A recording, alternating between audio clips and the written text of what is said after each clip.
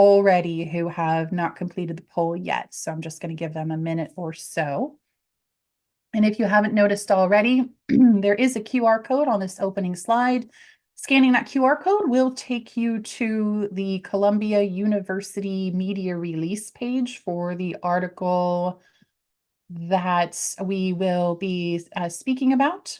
Hello to more people in the UK, and thank you also for someone putting into the chat that you can enable captions. That is an option for you, and you should be able to caption the presentation in other languages if that's helpful.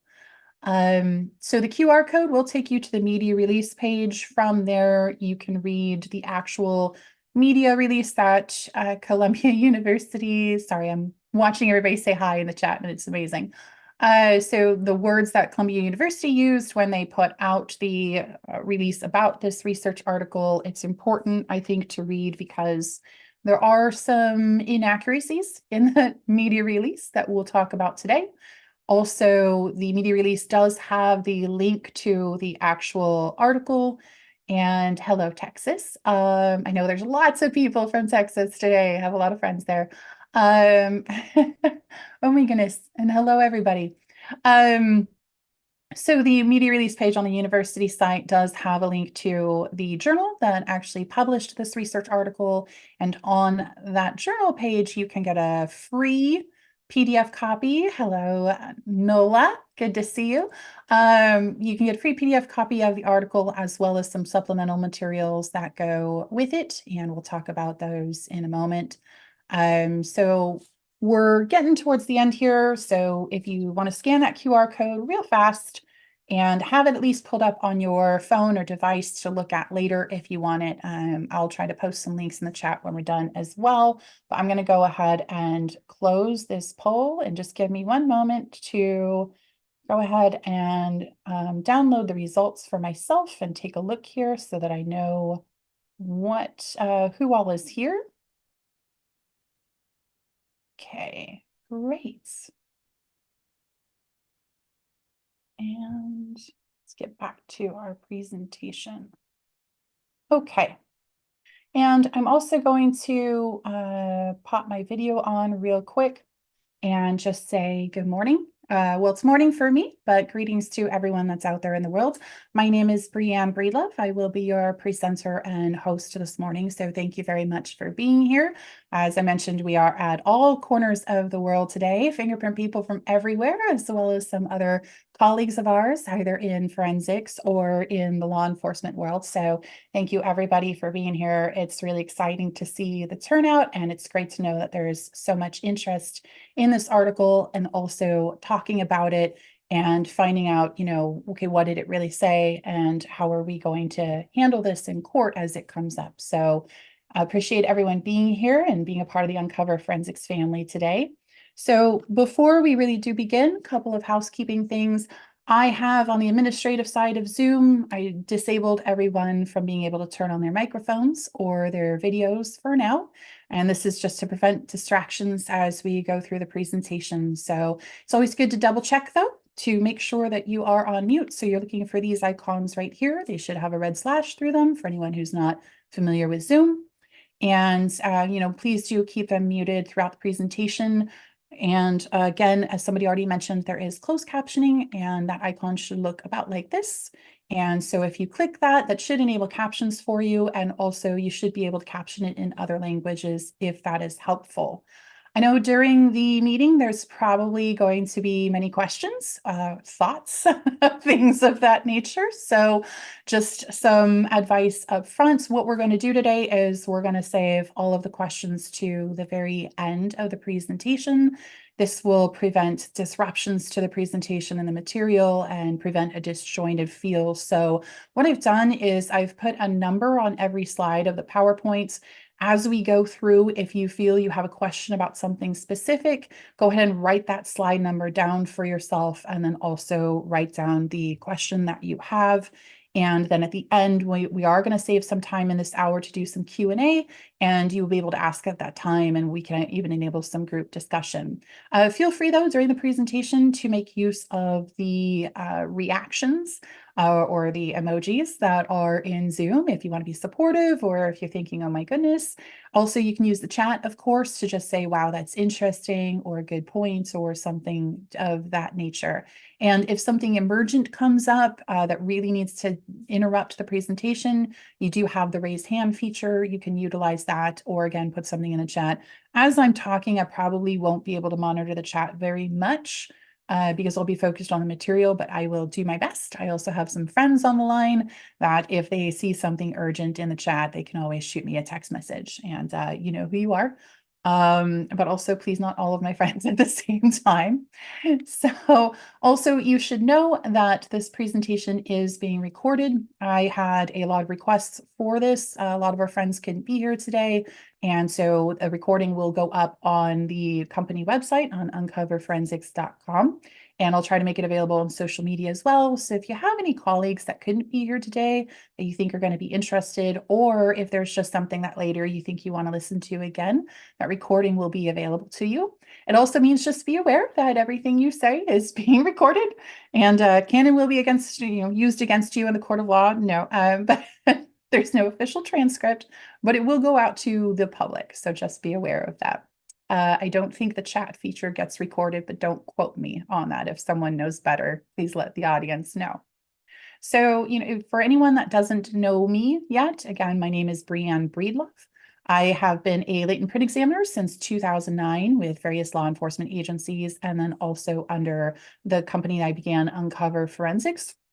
I have also had the privilege of being involved in developing standards and best practice recommendations for fingerprint examiners within the United States as a member of both the ASB Friction Ridge Consensus Body since 2019, and recently the OSAC Friction Ridge Subcommittee.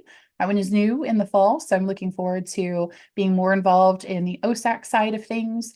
I've had the wonderful opportunity to be a presenter and speaker since 2018 for a variety of organizations, conferences, webinars, study groups. I've had the privilege of meeting many, many people through networking and all those different conferences, and I'm really grateful for my friends everywhere in this community. I also began this company, Uncover Forensics, in 2020, where I have been mostly administrative, definitely bogged down with administrative tasks as a business owner, but I've always felt of myself as a fingerprint examiner first. I'm definitely a nerd when it comes to fingerprints and how we do what we do and why we do what we do. And that's probably why I wear too many hats and am involved in too many things. But it's also why we're here today, is because I like talking about it. So under the company, I've also been an instructor teaching classes for the company and a consultant doing fingerprint work. For anyone that hasn't heard of us yet, Uncover Forensics, we have two primary divisions. That's training and consulting. Under the training division, we specialize in online self-paced forensic classes. And what this means by self-paced is that it involves pre-recorded lecture videos that attendees can watch, rewinds, play back. Also, they can turn on captions in various languages. It allows us to reach more fingerprint and actually forensic examiners across the globe. We do offer courses for sworn personnel, attorneys, and crime scene people and other disciplines of forensic science.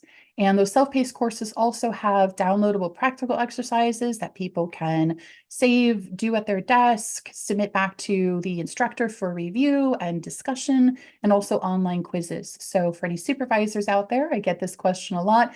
There are measurements of the knowledge and skill set that the attendee is learning. It's not just something that they just go and watch a video and that's it. Many of our classes are approved by the IAI cert boards to count for initial certification credit or recertification credit as well. If you ever want to know, it's there on the course flyers and on the website, which ones count for what. And all of our classes are also taught by experts in the field. So people with experience as examiners in their disciplines, whether it's crime scene or we have a forensic archaeologist and latent print examiners. So these are people that have done the job and are connected to the field as well. And then we do have a consulting side where we specialize primarily in fingerprint casework for law enforcement agencies maybe that don't have a me. or people that just maybe a unit of one that needs verification, agencies that need help with backlog reduction, attorneys that just have questions either on the work of someone else or just on fingerprint discipline as a whole, maybe need someone extra to come in and give some fingerprint testimony. We can do that as well. So that's the spiel about the company. But, now we're going to get into why are we really here today? And we are going to talk about this article that Columbia University put out. As we get into the material, what I'm going to do real fast is I'm going to go ahead and turn my video off, and that will enable you all to watch just the presentation. You're not going to be distracted by me. I'm also getting over the flu still, so you won't have to watch me fumble with cough drops if I need one. And I will turn the video back on towards the end of the presentation when we get into Q&A. So let's go ahead and turn this off. I'm also going to check the chat real fast just to make sure there's nothing urgent. It looks like people are already discussing the article and a correction that came out. We're going to get into that as well. So thank you for the share. So, let's talk about this. First off, what happened exactly? What is this article? Why are we even discussing it? Why did it become a thing? So for anyone who's not aware of the story or background about this presentation you're watching today, early in the week of January 8th through 12th, and when I went back after I'd heard about it and I was making this presentation and I was trying to find articles with the dates, trying to find out exactly when things came out. I saw a Business Day news article on January 8th. The Columbia University site, their media release page is dated January 10th. Not sure if that was an edit or the original release, but this media page came out from the university, and the headline you can see right there, and it says, AI discovers that not every fingerprint is unique. Obviously, right there alone, a lot of us, kind of our breath catches in our lungs and like, what? Or we immediately think, oh, this sounds suspicious. So the media page was highlighting a recent research article by some of their students and some of the student colleagues at another university, and we'll get into who those people were in a moment. And the media release page had quotes like you see here, things like AI shatters the long-held belief that fingerprints are unique. Dun, dun, dun, right? Also, AI demonstrated things that have, quote, eluded experts for decades. So evidently we are incompetent and unknowledgeable. And also how this belief of fingerprints being unique was successfully challenged for our entire field. So these are some pretty harsh statements and headlines and pretty drastic sounding. And then, of course, on the media release page as well was this video that I'm going to play for you. This is posted on the Columbia University media page. My sound should be enabled. If for some reason you don't hear it right away, please do say something in the chat and I'll go back and make sure the sound is on. So let's play it for you. From CSI to real-life cases, investigators have used fingerprints as the gold standard for finding criminals. But if a perpetrator leaves prints from different fingers in two different crime scenes, these scenes are very difficult to link, and the trace can go cold.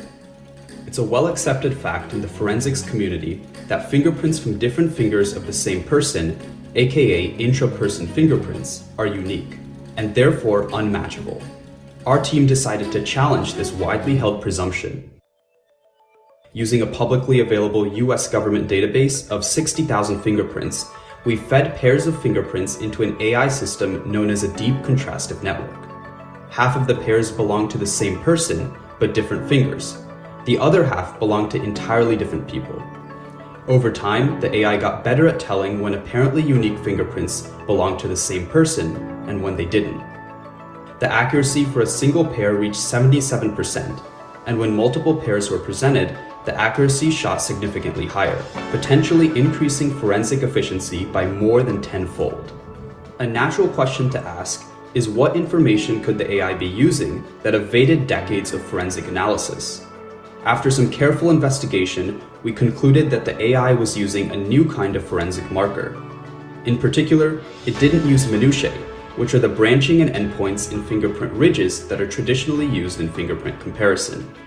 Instead, it was looking at the angles and curvatures of the swirls and loops near the center of the fingerprint, a region known as the singularity.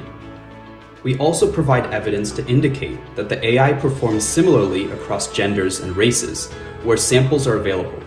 However, more careful validation needs to be done using datasets with broader coverage if this technique is to be used in practice.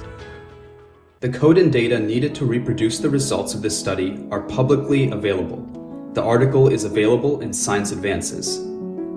This work is a collaboration between Hod Lipson's Creative Machines Lab at Columbia and Wenyao Zhu's Embedded Sensors and Computing Lab at University at Buffalo, SUNY.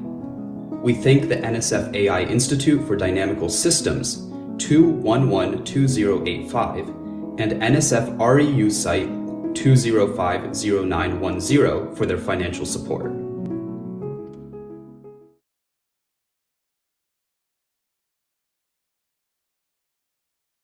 Okay, so that was that. And I am loving everyone in the chat that commented on the swirls. I already had it in my notes to say, if anyone else was bothered by swirls, I completely understand. So there is a lot going on in that video, and we're going to unpack it as we go and as we talk about the research article itself. So after this media page was posted with this video, what seemed like a complete explosion.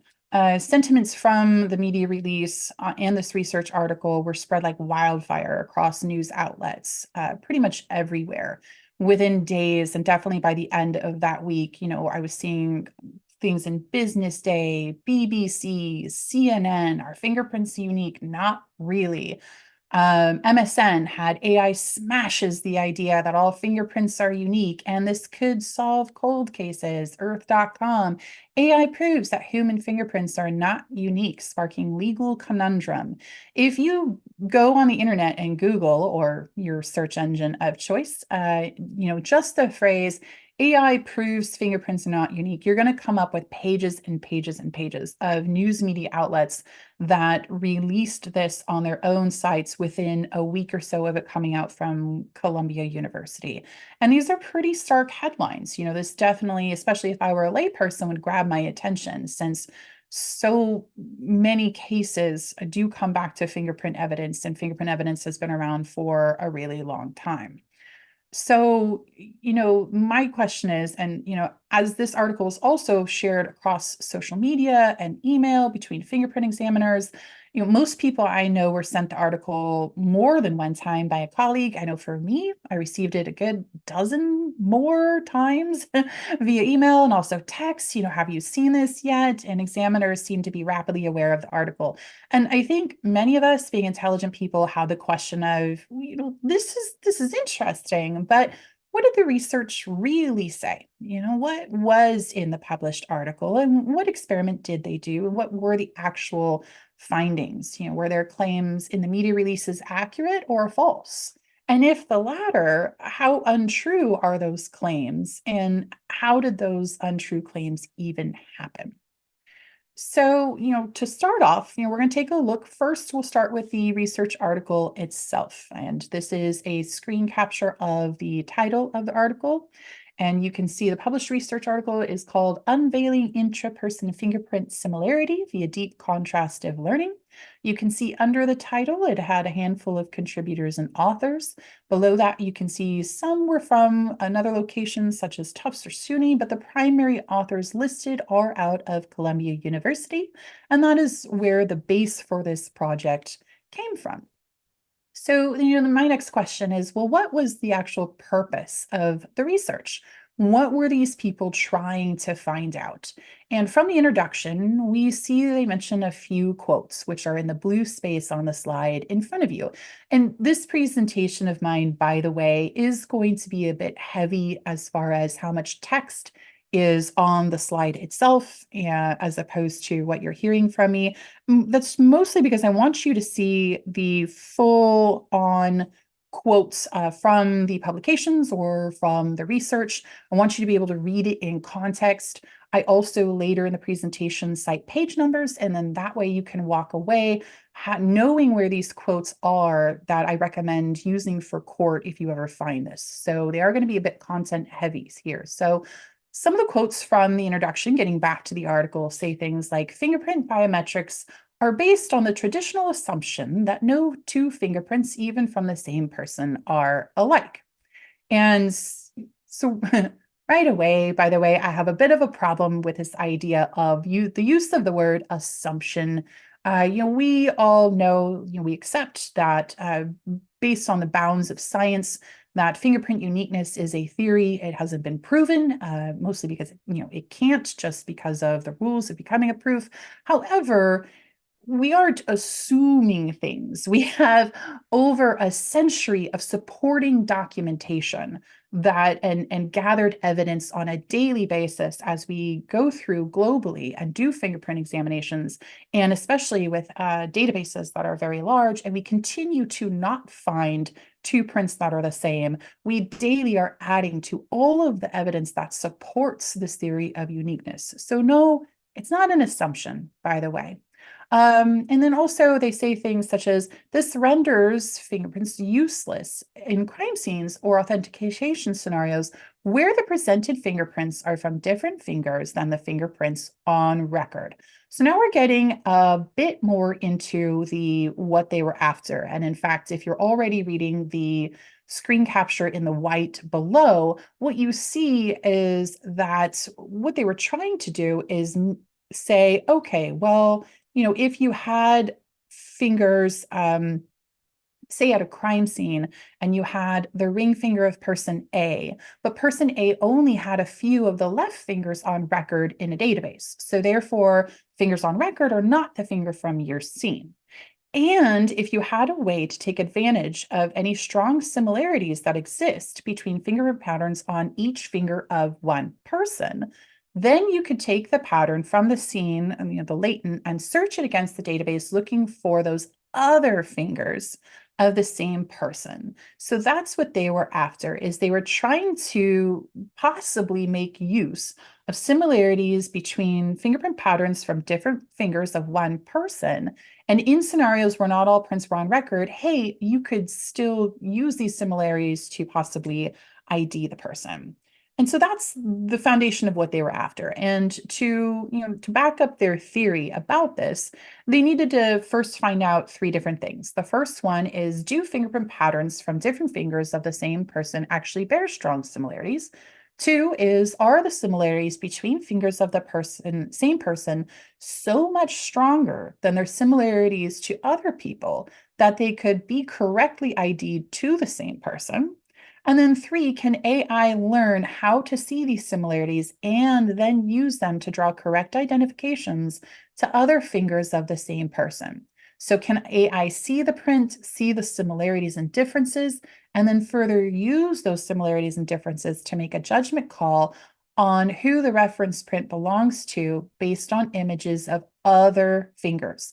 And I can't stress that enough. We're going to see it repeatedly as we go through the research itself. They were not in any way trying to find out uniqueness amongst comparisons of two images of the same finger, nor were they even trying to discern if AI could do identifications of two images from the same finger or latents to the same finger. What they were trying, they focused solely on, can you take similarities between different fingers of one person and use those similarities to ID two different fingers to the same person? So that's really important as we go through this. So let's look at what they actually did. Now we're into the experiment itself, now that we know what they were trying to establish. So the first step was they taught their AI what correct identifications look like. So you have to teach it, this is yes, this is no. And the article states that for this training portion and validation phase, they used fingerprints from the databases you see listed here. So they would input images of different fingers, say this one from one person, and then also this one from the same person, and tell the AI, hey, this is a match. This is from the same person. So phase one was teaching the AI what a correct answer would look like. And then once the training was done, it was time to actually test this. So they used images from the databases you see listed here now, and they asked it to assess similarities between prints and attempt to identify different fingers of the same person. The article does go on to detail out all the specifics of how they set these models up, and you are welcome to read the technical data if you wish. For the purposes of this presentation, I am leaving out the nitty-gritty details of the experiment as that was set up, that pretty much only engineering people or related would understand, and also because those minute details aren't really relevant to our purposes here. I have supplied the article link again in the front, though, if you really wish to dive into it and get into the technical part. So the authors also went in and they did ensure that the AI was not using any non-print related information to do these comparisons. For example, we have experience with our own imaging that, sometimes you can have other stuff in an image that isn't ridge detail itself. For example, there might be noise from contrast or brightness or the backgrounds and things of that nature. So they did ensure that the AI was looking at ridges themselves in the images and not this other stuff. You can see this quote from page 3 that states the similarity is due mostly to inherent ridge patterns rather than spurious characteristics such as image brightness. So this is them saying, hey, we made sure that the AI wasn't looking at any of the extra stuff. It was, in fact, looking at the print itself. And so that does beg the question of what was the AI seeing and what different aspects of these prints was it taking into consideration? So there's a few different data sets that the AI used, and you see those on the left. And you have the raw image, the binarized image, orientation map, ridge density map, and minutia map. And then on the right, you also see some things that look similar to heat maps. And those demonstrate the average of where on the fingerprints the AI was looking as it tried to find these similarities. And you'll notice that during this experiment and from the heat map images, the AI was primarily looking at only the information in the center or core of the fingerprint. The authors do reiterate this idea as they point out that the center region performed better for finding similarities between fingerprints of the same person.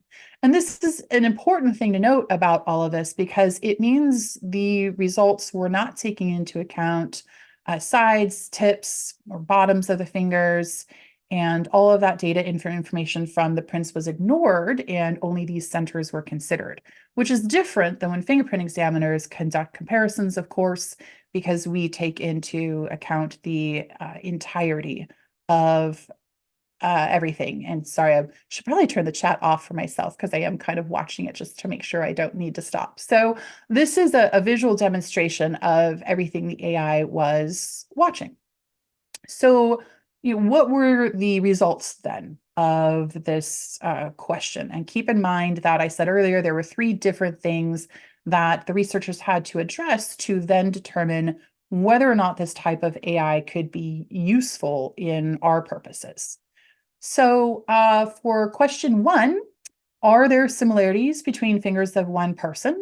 They found that yes, we can, in fact, see similarities. And there are various quotes throughout the article where they go ahead and state this. They find significant similarity between fingers and even fingers from different people, but especially in fingers of the same person. They also later state they've established intraperson similarity exists, and intraperson, of course, meaning fingers from the same person. So the answer to this first question was, of course, yes. To which, to quote my good friends Glenn and Eric from the Double Loop podcast, and I remember they said, and fish swim, water is wet, because to fingerprint examiners, this idea of similarity is not news at all. We've known for quite a while about similarity, and we'll get into this a bit more later when we talk about some of the erroneous thoughts behind this research. So for now, we're kind of just sticking with the raw information of what their findings were. Then they addressed the other two questions, and that is, are the similarities between two fingers from the same person so much stronger than the similarities to a different person that intra-person fingers can in fact be identified? And can AI make these identifications? And for that, we're going to look at this graph here. So what you have is a breakdown of how effective each data set was at enabling the AI to successfully detect similarities between different fingers of one person. So, you see the 5 data sets there on the y-axis or vertical column, and remember those data sets are the ones on the left that we talked about before. And so you see those on the Y, and each one is color-coded in different colors to show how well each data set performed.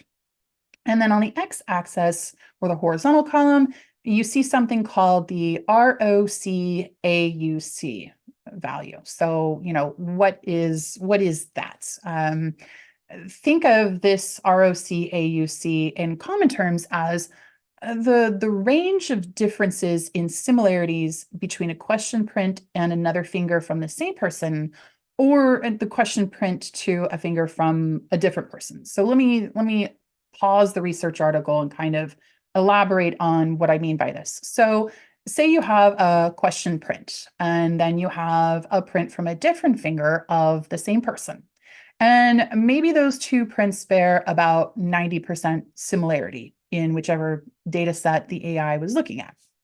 And then you have a print from a different person, and the question print bears about 20% similarity to the print from the different person.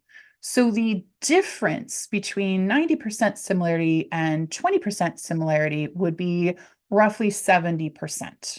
And a high difference like that would create higher discriminative ability of this data set. So meaning it would be easier to associate the question print with the correct person. So now, obviously, engineering terminology, they were not using things like percent, and there's no indication that percentages themselves actually came into the experiment. But this is my language and way of providing an example just to convey the idea or concept of what I mean by the difference in range of similarity. And we're talking about how much more similar the question print to a finger from the same person was versus how similar it was to someone else, and how that difference creates a higher discriminative ability or higher ability to reach a correct correlation. So let me see, advance my slides. So, let's associate this concept then back to that ROC value used in the article. So the example we spoke about is here on the left, with a large difference in similarities between the correct person and the wrong person. So higher discriminative ability. And on the right, suppose the question print is equally as similar to another finger from the same person as it is to a finger of a different person. Both comparisons, for example, show 50% similarity. So the range in similarities then would be 0. And that would make it much more difficult to decide which person the question print came from, because there's no difference in similarities. So how do these two scenarios of mine correlate to the ROC value? In the article, they refer to an ROC-AUC value of 1 being the equivalent of my scenario on the left, where the range in similarities was different enough that AI could correctly correlate which person the question print came from. They also set a value of 0.5 for what my scenario on the right would be, where there's no difference in similarity. Therefore, it would be much more difficult for the AI to make a decision. I used this phrasing on purpose because in the article, they actually do state at one point that, they just simply refer to it as, at this value, there's no difference between the prints. And that's not what they mean. They don't mean no difference as in the prints are identical. That's how you and I would read it. What they mean is there's no difference in the amount of similarity between the correct person versus a different person. So when you compared the question print, they kind of came out equal. So let's get back to our graph of the results of the research. And we now have a better understanding of what that x-axis and the ROC value means. And you can see that looking at only the raw images caused the highest ability for the AI to correctly ID two fingers from the same person. The raw images and the binarized have the highest discriminatory power out of all of those data sets. And if anyone's noticing that the Minutia data set is pretty low, hang in there, we'll come back.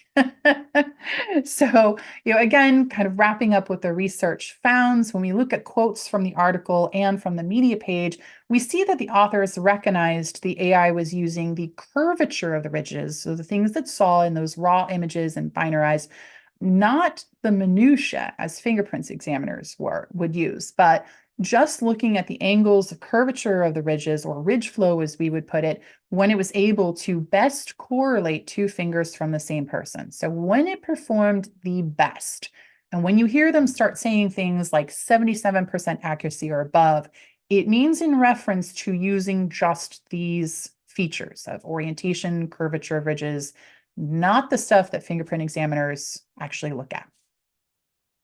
So summary of total findings of the research article were this right here. So yes, there are similarities in curvature of ridges and overall ridge flow. What is meant by traces here, and how steeply the ridges arch or curve, and also in the center of the print. So yeah, we have known for a long time that a person's prints will bear similarities in these aspects. They also did demonstrate that in a small pool of people, and remember, they were only looking at 10 print cards. I should have said that when we were talking about the databases it used. If anyone is unfamiliar with the databases used to conduct this experiment, it contains temperate cards only, or at least the temperate cards are the only ones that were used. They did not use latents in regards to this. And I know they quote some essence of 60,000-ish prints, but to quote my friend Eric, because he knows more about the databases than I do, it actually means approximately 1,200 to 1,300 people. So they're saying that in this small pool, and when it comes to just temperate cards, and when you're looking at only the curvature of ridges and only in the center of the prints, AI can correctly correlate 77% or above accuracy the correct person. So, what I find that is not in any of these statements, and nowhere in the article does it say that fingerprints are not unique. In fact, if you look at the published article and do a search for keywords and look for the word unique, you will not find it. It's just not there. So nowhere in the actual research does it say anything about a lack of uniqueness. And we'll elaborate on that in a second. I do see a question about how it's going to solve cold cases. That's a great question. We'll dig into that in a bit as well.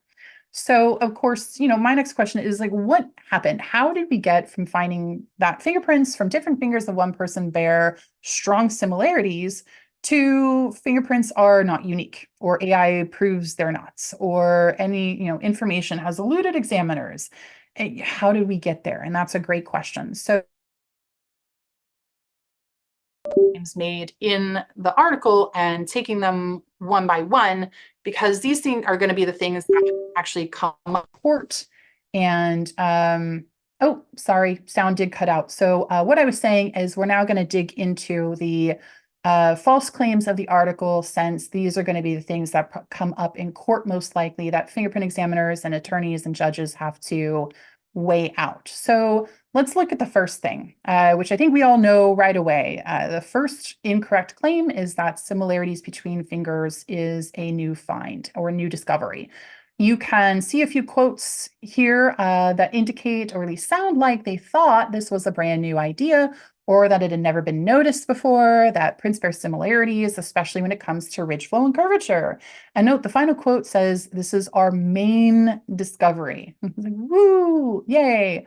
Well, guess what? In our world, the concept of fingerprint patterns bearing similar features has been long documented. As far back to my knowledge, as far as written documentation, observations of this back to 1788 with Mayer and his quote there, that although the arrangement of skin ridges is never duplicated, nevertheless, similarities are closer amongst some individuals. So he was already noting that far back that there are similarities despite them still being unique. And we also, of course, when we learn about history, we learn about Herbert Spencer and then the work of Whipple and Wilder. And we have education on things such as how the size and shape and placement of volar pads can influence the overall pattern type as well as that curvature that the AI was looking at. And we also know genetics plays a role in the size and shape of volar pads. So it would therefore scientifically make sense that one person with the same genetics as themselves would end up having similar fingerprints to themselves because of all of this. So we already knew this, and that was not new in any way, shape, or form. The incorrect thing number 2 is the idea that fingerprint examiners have not used these similarities before. And there were quite a few quotes that insinuated, oh my gosh, since fingerprint examiners say they use minutia, they must not see or even realize that there are similarities in ridge curvatures. If only they used them, their work could be more efficient. And, the answer is in truth that no, we use them often, quite a lot. We don't identify based solely on them, but we certainly do look at them and take them into account when we perform our analysis and comparison. And we especially use them for work efficiency, is the funny part. I know all of us latent print examiners have had that stack of, say, 10, 20, 30 people that we've been asked to compare crime scene prints to. And all of us in those instances, we look at the overall ridge curvature and then we flip through the stack, right? That's what we do. We go looking for fingers that have similar flow of ridges. And we're not entirely eliminating people based on this, but we know that if we could find a card that has similar curvatures and features of that nature, if we start there, we might be able to identify the correct person faster than having to go first through everyone else in the stack. So we're cutting down on our comparison time by starting with the most likely person and working our way down. So we do use this in our comparison. It's just we don't identify off of it. So incorrect idea number 3 is that the ability of AI to see these curvatures and orientation in a print is new, or that using AI to narrow down a candidate list in ABIS is new. ABIS, by the way, for anyone not familiar with that acronym, stands for Automated Biometric Identification System. I know that at least in the United States, this is the newer acronym that replaced AFIS, which was Automated Fingerprint Identification, because the newer systems do have the ability to do many more biometric type searches, such as voice rec and facial rec. So even if agencies aren't using them, ABIS is the modern term in the US to refer to these databases and systems. So, in truth, the answer here again is that no. So many of the modern ABIS systems have, I know ABIS systems is redundant. It's like ATM machine or PIN number. But many of the modern systems do have the ability to use image-based searching. So in other words, examiners aren't doing a markup of the minutia at all. So, the system is looking at the raw image. If we go back to that graph from the research, similar to what the AI in this research was using. And also these modern ABIS algorithms are looking at the very same curvatures in the ridges as the AI from the research. A lot of vendors will train their algorithms with AI before they launch the end product out to the users to use. So yes, our current ones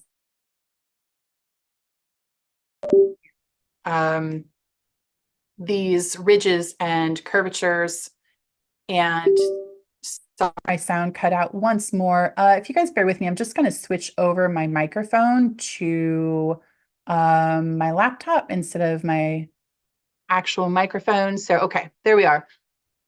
I've switched over from the actual microphone. Hopefully it won't cut out anymore on you guys.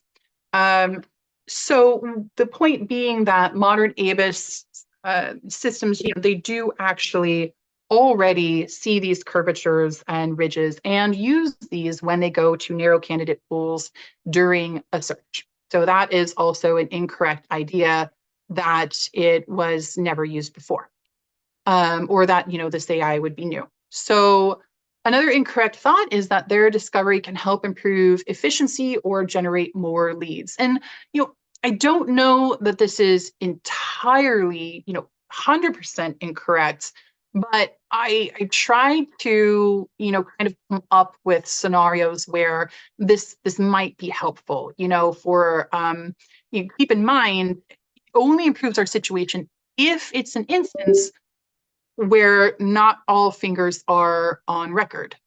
So, I was trying to think of like, when does this happen where not all fingerprints are on record? So maybe it's something where a person has only one record on file, and when that record was collected, a couple of the fingers were injured or bandaged or something like that. So those fingers weren't captured. So maybe, maybe that's an instance where the database is missing a couple fingers, and maybe those are the fingers that show up at a crime scene. I considered maybe corner ID. We're trying to fingerprint a decedent. I know that sometimes, I know in my state of California in the US, sometimes we're given like a right thumbprint from a driver's license or a passport or something, and we can't always get that right thumb from a decedent. So, maybe, but there in that scenario, we wouldn't be able to search the databases of thumbprints. We would only be able to use the AI to, take the right thumb of the person that the investigators already believed it was, and then try to draw correlation between those.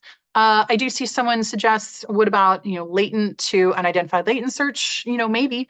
And I actually was about to bring up, when it comes to latents, the hard part is that, of course, this testing didn't include latents. So it's going to be a really long time before we see any demonstration that can handle comparing latents to fingers, different fingers from same people or different people. So that's going to be probably a long way off.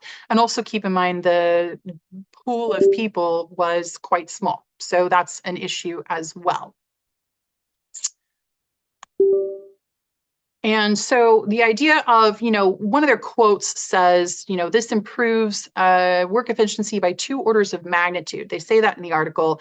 And my thing is, even if we all kind of scramble to try to find, give them benefit of the doubt, try to find uses, I feel like 2 orders of magnitude in increased efficiency is quite a drastic claim and probably not quite correct. So, incorrect thing number 5 that we're going to highlight, and this is my favorite, and this is the one we've all been waiting for, our fingerprints are not unique. So this is said all over the place in their media page. It's in the title. We also see it in the version of the first slide of that YouTube video I played. And that slide specifies intraperson fingerprints are not unique, meaning that different fingers from same people aren't unique. Interestingly, I did notice, by the way, that the author who made the video never said it verbally in the video, that fingerprints are not unique, but it is on that opening slide. So, let's kind of dig into some of this whole thing about the idea of fingerprints not being unique. So when you are approached with this in court, the best argument against it is, of course, going to be the fact that the research never said it. Not once does the article ever say fingerprints are not unique. Remember, they only say that they found different fingers can bear strong similarities. And strong similarities is not the equivalent of not being unique. So I have no idea how they got from one to the other. But we'll start there with just saying, no, the article didn't actually say that at all. And also, throughout the article, they talk about the ineffectiveness of minutia during the experiment. But we have to remember the context. They're speaking about the ability to identify 2 different fingers as belonging to the same person based on similarities in the 2 fingerprints. So yes, minutia are terrible at this because they represent the unique aspects of each fingerprint. And we can see this if we look back at their graph from the article itself. Minutia represented the very top row of the graph, the blue colored one. And remember that an ROC AUC value of 0.5 means that the AI couldn't make a call because the similarities between the question print and another finger of the same person were so low, so much alike in similarities to the incorrect person, that it was too tough to decide. So when they're saying these things, they're actually saying minutia are too unique for this experiment to work. They're saying that the patterns, of minutia, technical difficulties, one moment. they're saying that minutiae are so unique that you can't even correlate two fingers from the same person when looking at the minutiae. And also that second quote, which claims that this all means there's a failure to justify the use of using minutiae and finger comparisons, is absolutely false. It may not be useful for what these researchers were after, in the idea of being able to correlate two different fingers, but their rarity and uniqueness is exactly why they're so prominent in fingerprint matching. In fact, look at that. The second sentence of this quote right here from page 3 specifically states, the rareness of minutiae and the patterns of minutiae are so rare as to make them powerful for fingerprint matching of two prints from the same finger, of course, and it's just that because they are so rare, they make it difficult to correlate two different fingers from the same person. So in essence, their research demonstrates that yes, minutiae can cause uniqueness in fingerprint patterns, so much so that you can't even tell two prints from the same person, that they came from the same person. If we dig further into their very own quotes to use to debunk this idea that fingerprints aren't unique, if you go to the supplementary materials supplied by the authors, this is a screenshot right here from the Science Advances website. That's the publisher. It's the same page where you're going to find the article itself. Scroll all the way to the bottom and you'll see this thing called supplementary materials document. And one thing we see in this document is a confidence interval graph. And find minutiae on the bottom line there on the x-axis. And then you can again see how close they are to the line between similarities to the same person versus similarities to a different person. So again, minutiae are so different from each other, from finger to finger, that you can't use them to discern two fingers come from the same person. If we dig more into the supplementary materials, we find this quote, and I've referenced the section number here instead of the page number because the supplement doesn't include page numbers, but check out the second sentence. They specifically state themselves that while fingerprints from different fingers of the same person are similar, they are not so similar that they would be confused as the same fingerprint. They also say this right here. And they're discussing different methods and models. And in this quote, their point is that one particular CNN method doesn't need to be done. But their reason as to why is what interests me. They state that it is because they have already achieved showing that fingerprints from different fingers of the same person are not easily mistaken for the exact same fingerprint.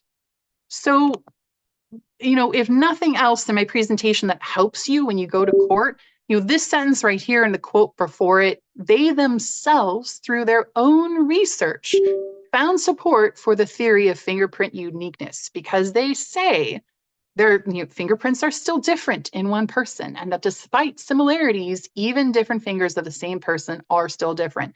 They say it in their very own research. So, not only does it say, the research say that, or never say that fingerprints are not unique, but the authors themselves recognize that minutiae, which we use for comparisons as fingerprint examiners, represent peculiarities, are so rare as to be powerful in fingerprint matching. And the authors say different fingers are not easily mistaken for the same fingerprint, even when similar, they're still different. So if you ever have to go to court over someone claiming that this article proves lack of uniqueness, or that fingerprint evidence should be thrown out, or that it's been proven wrong, use the article itself and take quotes directly from the authors that negate that entire idea. Because everything about their data and findings actually, in reality, continues to support fingerprint uniqueness and continues to support that theory. And even they couldn't debunk it. In fact, every time they ran into this idea of minutiae, they realized that no, they're too rare to be able to find similarities between two fingers of the same person. And then they also concluded at the end of everything that even when similarities exist, the prints are still different. So, getting back to the earlier slide of some of the quotes that are out there, as we come to our wrap-up section, some of the things that were said, no, there was no long-held belief that was shattered. Fingerprints are still unique. We're all still employed, by the way. No, AI did not find anything that experts didn't already know. We've known this for over a century, that fingerprints bear similarities, especially in curvature and ridge flow. No, we haven't been comparing them the wrong way. We've been using minutia because they are the ones with the higher discriminatory power. No beliefs at all were challenged successfully. Also, it was brought to my attention, thank you, friends, via text message. I know my computer keeps making dings. I do apologize. It's flipping between the microphone of my computer versus the camera. I was trying to just keep talking through it. Didn't realize you guys could hear it. We're almost done. So thank you for bearing with me through the dings. I appreciate being made aware of it.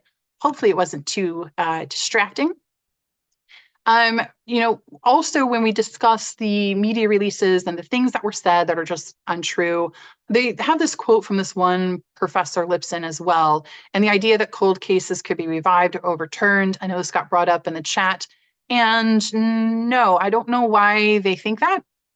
It's definitely not going to happen over this particular research, because all this research demonstrated were that prints can bear strong similarities. They say that themselves. That was their primary find. That's not going to overturn anything. And not only was that the only actual find, but repeatedly through the process of finding that, they kept reiterating that minutia patterns are rare, and so rare as to make no two prints the same. That same professor was additionally quoted as saying, AI successfully challenged an entire field. And this goes to show you how non-experts with no background at all are going to be using AI to make explosive discoveries. Again, very strong language. And, to me, to me, if anything, this actually proves the opposite. And I look at it as this was a good demonstration of how non-experts should not rely solely on their own interpretations of AI. In this particular research project, the AI itself wasn't wrong.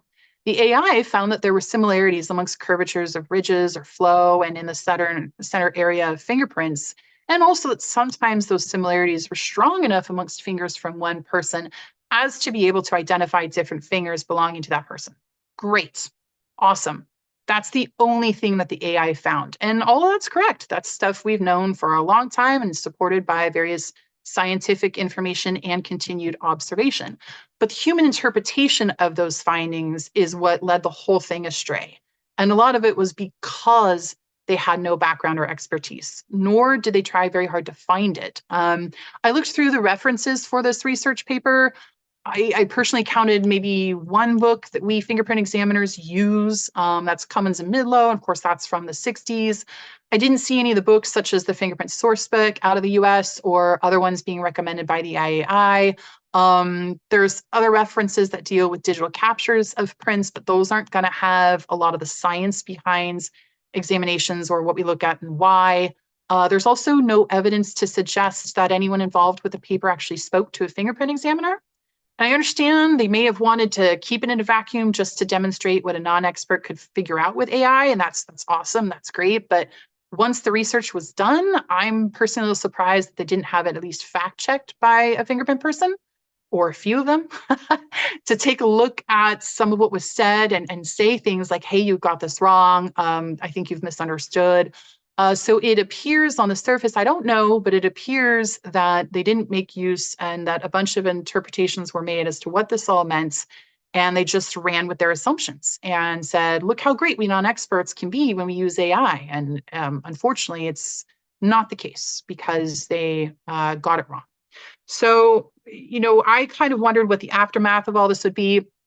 Also, by the way, thanks for hanging in with me. I know we're over our 1 hour. I really appreciate you sticking with me. We are wrapping it up. For me, the hard part is that, due to the misunderstandings of everyone involved with this article, we are going to probably now have court challenges to fingerprint evidence for probably at least, a year, 2 years, depending.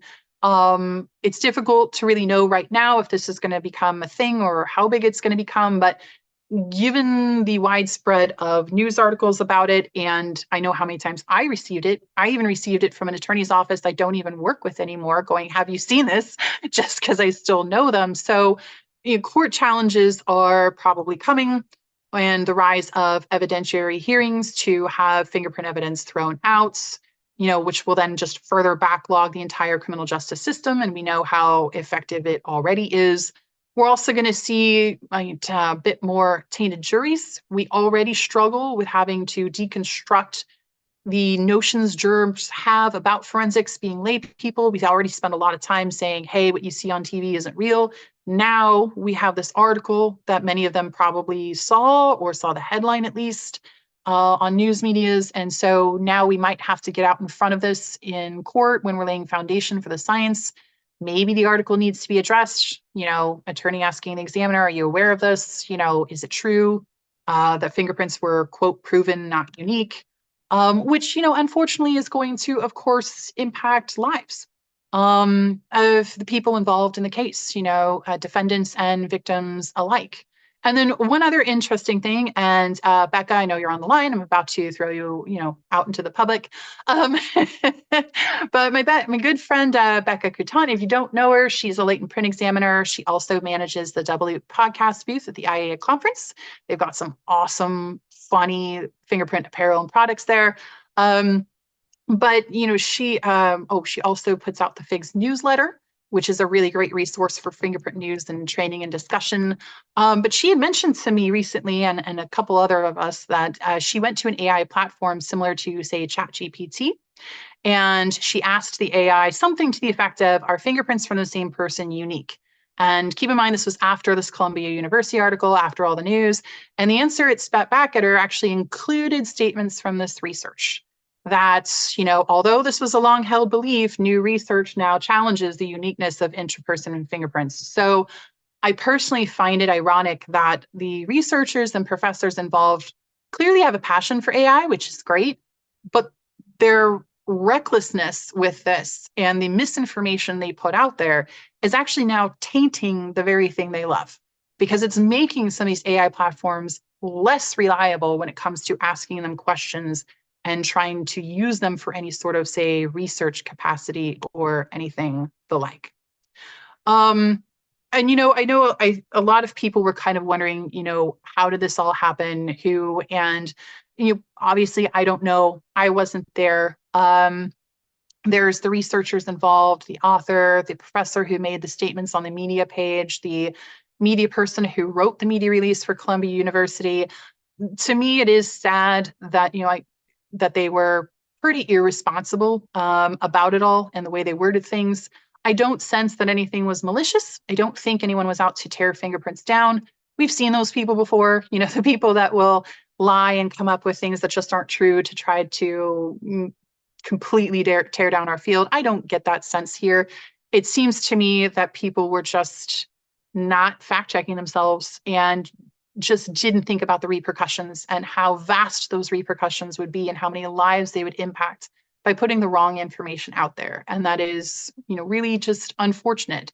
I do hope that at some point Columbia University issues some kind of retraction saying, hey, no, AI did not prove fingerprints are not unique. That would go a long way, I think, in court. It would help us to be able to point to the retraction and say, hey, look, university initially released this, issued this statement. So no, this challenge to fingerprints is incorrect. Speaking of, and somebody did mention this already, we have seen at least one public edit to the initial news release. This was a Nature briefing.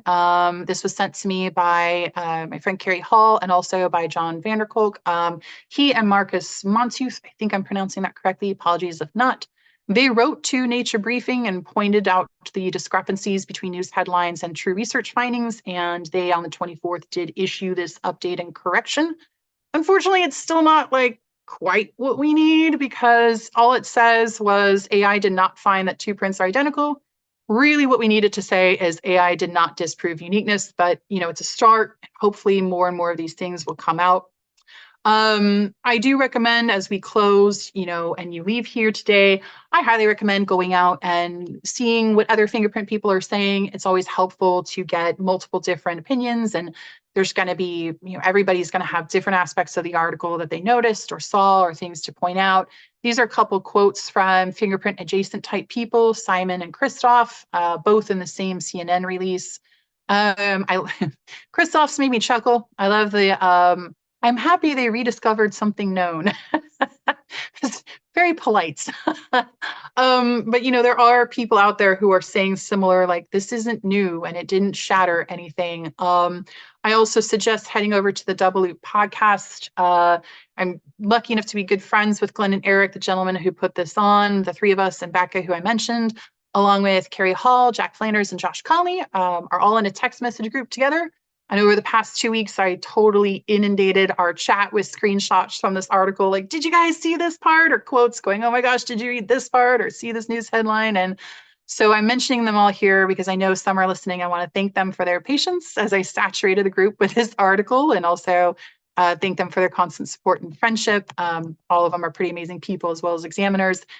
But Eric and Glenn, they've been doing this podcast for about 10 years. It's great to listen to anyway. Each episode is on a different fingerprint topic. But I know they also made a great effort to adjust schedules and get out an episode about this research paper quickly. They did so, and it dropped on Sunday, so it's available to you. I myself have only had a chance to listen to the first 20 minutes. I'm a bad friend, but I'm sure it has great insights to add your collective knowledge and know how to handle this research when it comes up in court. So with that, that does come to the end of the presentation itself. Again, thank you for staying a bit over. I'm going to go ahead and adjust the Zoom settings in a second here to enable you to come off mute if you want, or ask questions, provide general feedback. You can type the questions in the chat if you don't want to, say, raise your hand or come off mute.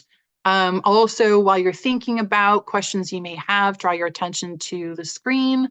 As I mentioned, Uncover Forensics, we have a variety of training and consulting opportunities.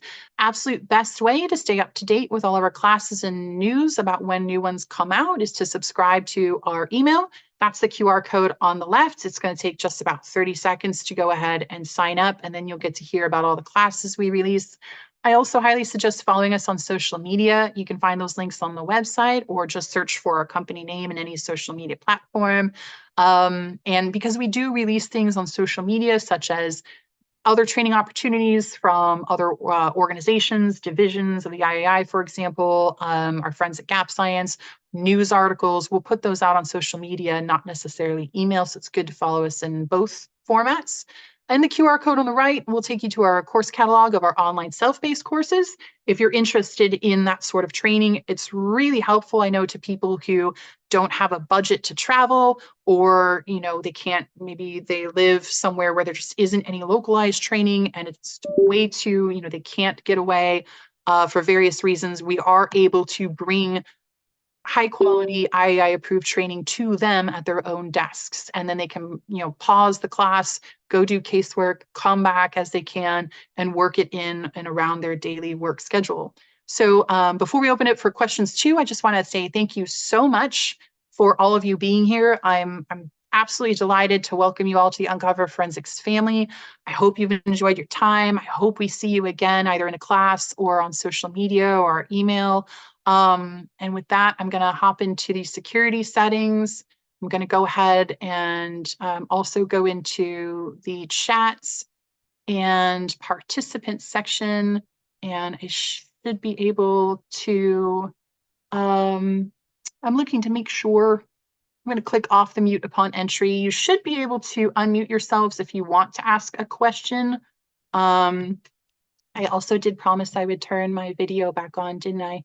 And so that you can actually see me as, if you decide to take off.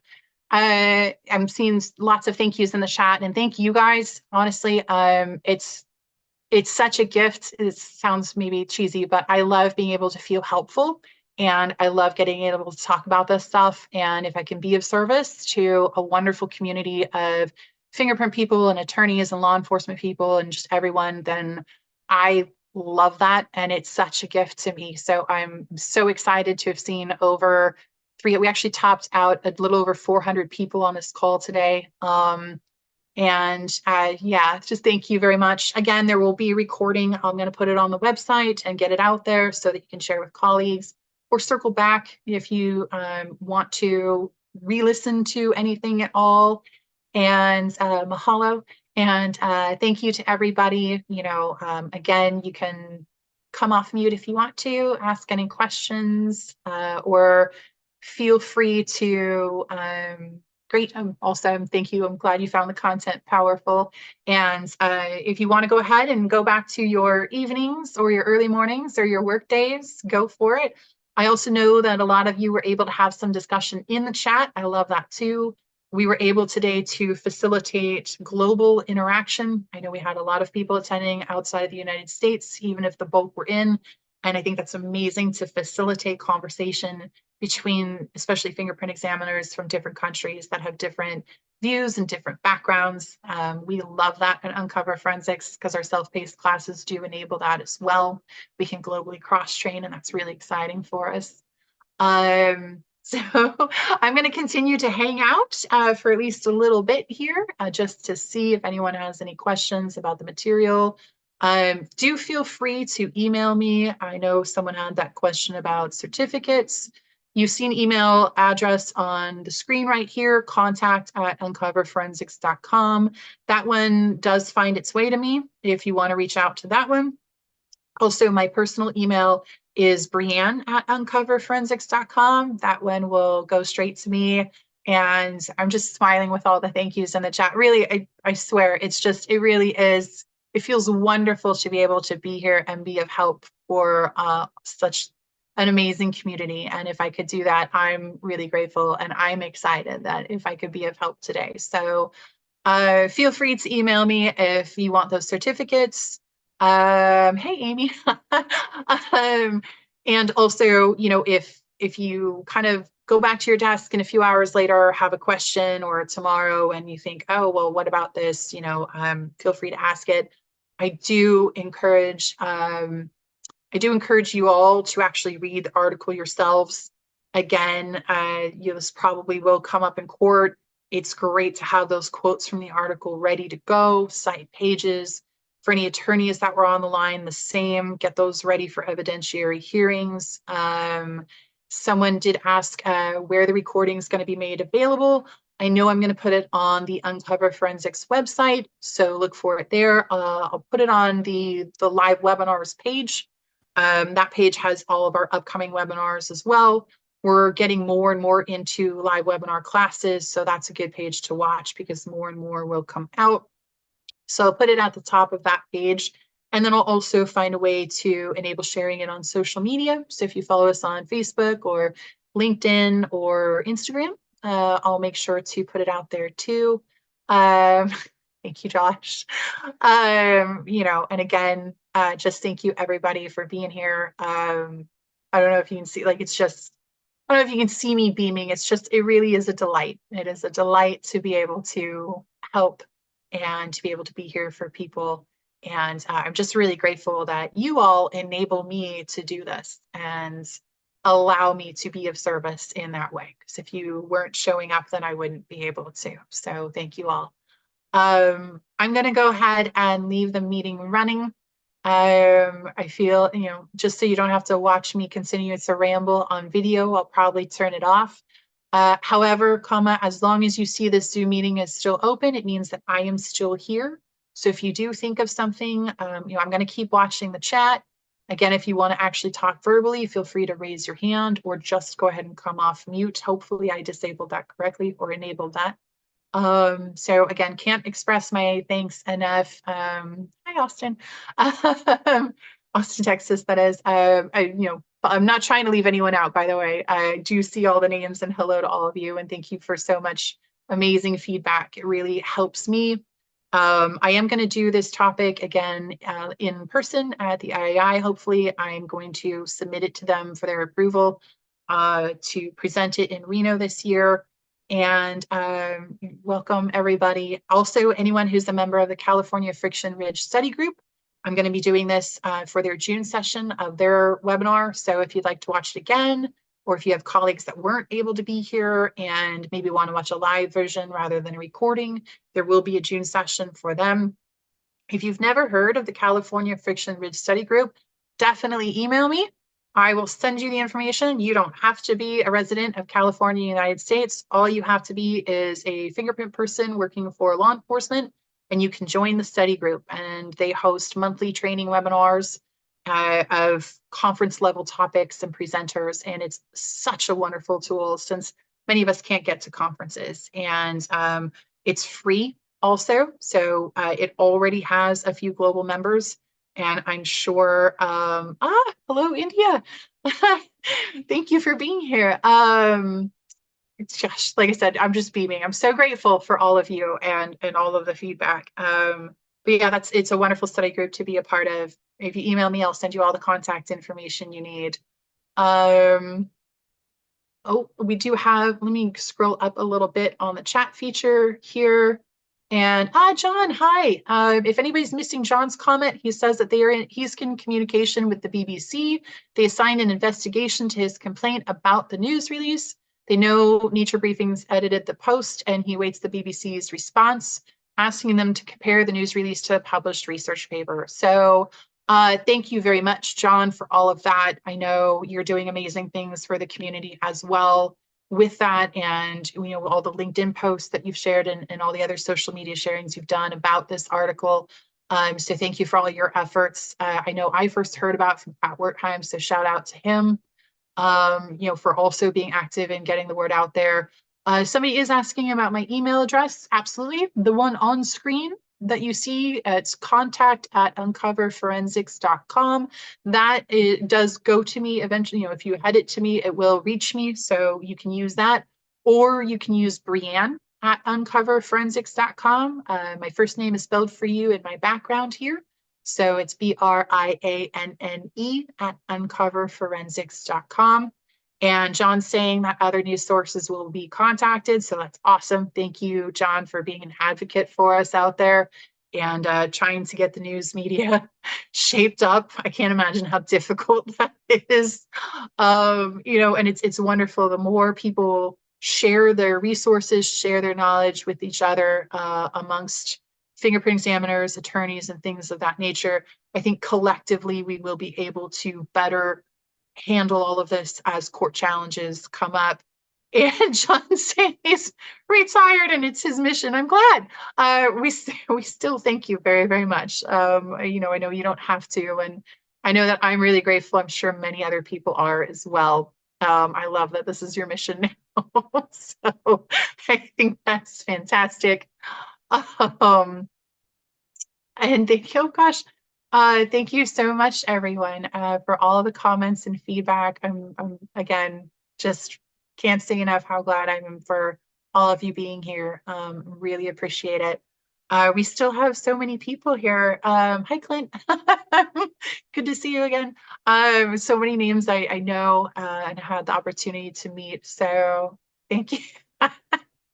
Sorry, I'm laughing at the chat about debunking these quacks. Yes. Well, hopefully, if anyone also, John, maybe wants to take up a campaign of writing Columbia University themselves and requesting some sort of retraction using logic and things of that nature from the research article and saying, hey, this is what the research said, and then this is what your media people released. I'm getting teased about how much I'm talking. I'm talking because I'm filling in space, but if anybody wants a question, feel free. And John says Columbia was his first contact. Excellent. I encourage, the more people that speak out and talk to Columbia, I think the more likely they'll be to look into this. So John, thanks for being one of the spearheads of that campaign. And citing the research article and saying, hey, this is what it said. And this was the reckless behavior of the people on the media team and professors and everyone involved. John saying that Columbia knows Nature Briefings was corrected and that he contacted BBC, so that's awesome.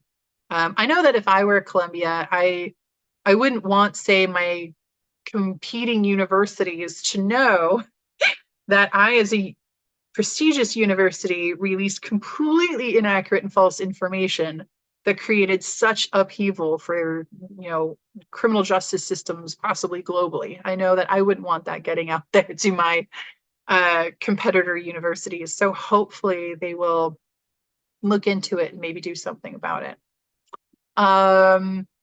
We still have 137 people on the line. So, okay. Hi, Albuquerque.